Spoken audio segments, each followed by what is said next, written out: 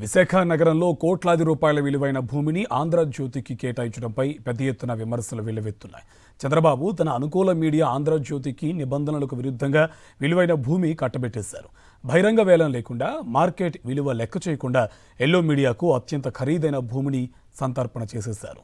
నిబంధనల ప్రకారం భూమి తీసుకోమని కోర్టు చెప్పినా ₹1 కూడా తీసుకోకుండా భూమి కేటాయించడం పచ్చపత్రికకు చంద్రబాబు ఇచ్చిన బహుమానం అంటున్నారు. 2014లో టీడీపీ అధికారంలోకి వచ్చిన తర్వాత నిబంధనలకు విరుద్ధంగా పరదేశీపాలెంలో ఆంధ్రజ్యోతికి కోట్లాది రూపాయల భూమిని చంద్రబాబు ప్రభుత్వం కట్టబెట్టింది. భూమి కేటాయించినా అందులో ఆంధ్రజ్యోతి ఎటువంటి నిర్మాణ పనులు చేపట్టలేదు. ఈ కేటాయింపులపై విశాఖ నగరవాసులు గత వైఎస్ఆర్సీపీ ప్రభుత్వానికి అనేకసార్లు ఫిర్యాదు చేశారు.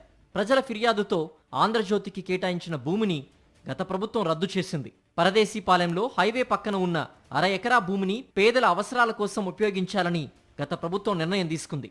మళ్లీ కూటమి ప్రభుత్వం అధికారంలోకి రావడంతో ఆంధ్రజ్యోతికి భూ కేటాయింపు ప్రక్రియ మొదలైంది. నిబంధనల ఉల్లంఘనతో పచ్చ మీడియాకు భూ సంతర్పణ చేయడానికి చంద్రబాబు సిద్ధమయ్యారు. జీవో నెంబర్ 492ను విడుదల చేశారు. చంద్రబాబు ప్రభుత్వం తాజాగా జారీ చేసిన ఈ జీవో ప్రజాస్వామ్య విలువలకే సవాలు విసురుతోందన్న విమర్శలు వెల్లువెత్తుతున్నాయి. ఈ ఉత్తర్వుల ద్వారా ఆంధ్రజ్యోతి పత్రిక యాజమాన్య సంస్థ ఆమోద పబ్లికేషన్స్ ప్రైవేట్ లిమిటెడ్కు విలువైన ప్రభుత్వ భూమిని ₹1 కూడా తీసుకోకుండా ఉచితంగా కేటాయించారు. ఒక సంస్థకు ప్రభుత్వ భూమి కేటాయించాలంటే బహిరంగ వేలం లేదా మార్కెట్ విలువ వసూలు చేయడం లాంటి పారదర్శక విధానాలు తప్పనిసరిగా పాటించాలి. కానీ ఈ కేటాయింపులో బహిరంగ వేలం లేదు, పోటీ లేదు, మార్కెట్ విలువ లేదు. ఒక్క ప్రైవేట్ మీడియా సంస్థకు ఎలాంటి ప్రక్రియ లేకుండా భూమి ఇచ్చేయడం రెవెన్యూ రూల్స్, అసైన్మెంట్ రూల్స్కు పూర్తిగా విరుద్ధమన్న అభిప్రాయం వ్యక్తమవుతోంది. భూ కేటాయింపుకు సంబంధించి ప్రభుత్వం తన ఉత్తర్వుల్లో హైకోర్టు ఆదేశాలను సాకుగా చూపుతోంది. కానీ వాస్తవం ఏంటంటే హైకోర్టు ఎక్కడా ఆంధ్రజ్యోతికి ఉచితంగా భూమి ఇవ్వమని చెప్పలేదు. గత ప్రభుత్వం జారీ చేసిన రద్దు ఉత్తర్వులను మాత్రమే కొట్టివేసింది. నిబంధనల ప్రకారం నిర్ణయం తీసుకోండని స్పష్టం చేసింది. అయితే ఆ నిబంధనల ప్రకారం మార్కెట్ విలువ వసూలు చేయాల్సిందే. కానీ ప్రభుత్వం ఆంధ్రజ్యోతికే అత్యంత లాభదాయక నిర్ణయం తీసుకుంది. ఇది కోర్టు తీర్పుకు విరుద్ధమనే వాదనలు వెలువెత్తుతున్నాయి. ఈ జీవోలో మరో సంచలన అంశం ఏంటంటే ఏపీ హౌసింగ్ బోర్డు భూమిని మీడియా సంస్థకు కేటాయించడమే. ప్రతిగా హౌసింగ్ బోర్డుకు మరో భూమి ఇచ్చామంటూ ప్రభుత్వం సరిపెట్టింది. పేదల గృహాల కోసం ఉన్న భూమి మీడియా సంస్థకు ఎందుకు కట్టబెట్టింది? 2 భూముల విలువలు సమానమని నిర్ధారించే పబ్లిక్ రిపోర్ట్ ఎక్కడ?